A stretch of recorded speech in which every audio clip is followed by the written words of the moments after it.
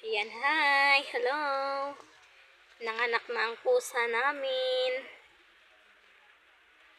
Si Princess nanganak na. Meron siyang 3 anak na.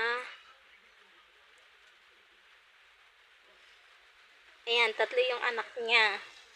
Puro itim kagaya niya. Ayan. Mingning. And nadede sila, oh. Ayan. Nadede. 3. Kagabi siya nanganak. Doon sa gilid ng aming kama. Nakita na lang ng aking anak na nanganak na si Princess. Yan. Tapat na umuulan nanganak siya. Yan ang cute, oh. Princess. Ang cute. Ayan, oh.